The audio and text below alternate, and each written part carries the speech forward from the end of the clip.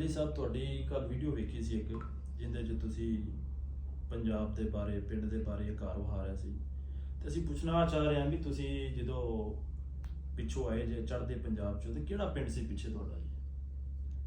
ਉੱਥੇ ਜੀ ਸਾਡਾ ਪਿੰਡ ਸੀ ਇਹ ਘਰਿਆਲਾ। ਅੱਛਾ ਜੀ। ਉਹਦੇ ਨਾਲ ਪਿੰਡ ਸੀ ਵਲਟੋਇਆ, ਬਰਨਾਲਾ, ਪੱਤੀ। ਇਹ ਖੇਮਕਰਨ ਰੋਡ ਦੇ ਉੱਤੇ ਵੀ ਨਾਲ ਸਾਹਮਣੇ ਪਿੰਡ ਸੀ ਠੱਟਾ। ਅੱਛਾ। ਹਾਂਜੀ, ਇਹ ਪਿੰਡ ਸਨ ਜੀ। ਤੇ ਕੀ ਪਿੰਡ ਦੀ ਕੋਈ ਨਿਸ਼ਾਨੀ ਨਸ਼ੂਨੀ ਤੁਹਾਨੂੰ ਕੋਈ ਯਾਦ ਹੋਵੇ ਵੀ ਕਿਹੜਾ ਪਿੰਡ ਸੀ, ਵੀ ਕੀ ਨਿਸ਼ਾਨੀ ਨਸ਼ੂਨੀ? ਅੱਛਾ, ਇਹ ਸਾਡੇ ਬਜ਼ੁਰਗ ਦੱਸਦੇ ਨੇ ਕਿ ਉਸ ਪਿੰਡ ਦੇ ਵਿੱਚ, ਘਰਿਆਲੇ ਦੇ ਵਿੱਚ ਜਿਹੜਾ ਪਿੰਡ ਹੈ ਨਾ, ਇਹ ਅੰਮ੍ਰਿਤਸਰ ਦੇ ਕੋਲ ਹੀ ਹੈ, ਤਰਨਤਾਰਨ ਸਾਹਿਬ ਦੇ ਕੋਲ। ਅੱਛਾ। ਇਸ ਪਿੰਡ ਦੇ ਵਿੱਚ ਬਾਬੇ ਸ਼ੇਰ ਸ਼ਾਹ ਵਲੀ ਦਾ ਦਰਬਾਰ ਹੈ। ਇਹ ਫਿਰ ਟ੍ਰੇਨ ਦਾ ਸਟੇਸ਼ਨ ਵੀ ਹੈ, ਤੇ ਉਸ ਟ੍ਰੇਨ ਸਟੇਸ਼ਨ ਦੇ ਕੋਲ ਹੀ ਬਾਬੇ ਇਲਮਦੀਨ ਦੀ ਹਵੇਲੀ ਸੀ।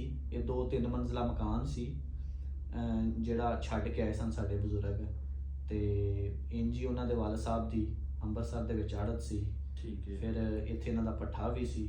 ਇਹ ਫਿਰ ਜਦੋਂ 47 ਦੀ ਵੰਡ ਹੋਈ, ਇਹ ਸਾਰਾ ਕੁਝ ਉੱਥੇ ਛੱਡ ਕੇ ਤੇ ਇੱਥੇ ਸ਼ੇਖੂਪੁਰੇ ਆ ਗਏ। ਠੀਕ ਹੋ ਗਿਆ ਜੀ।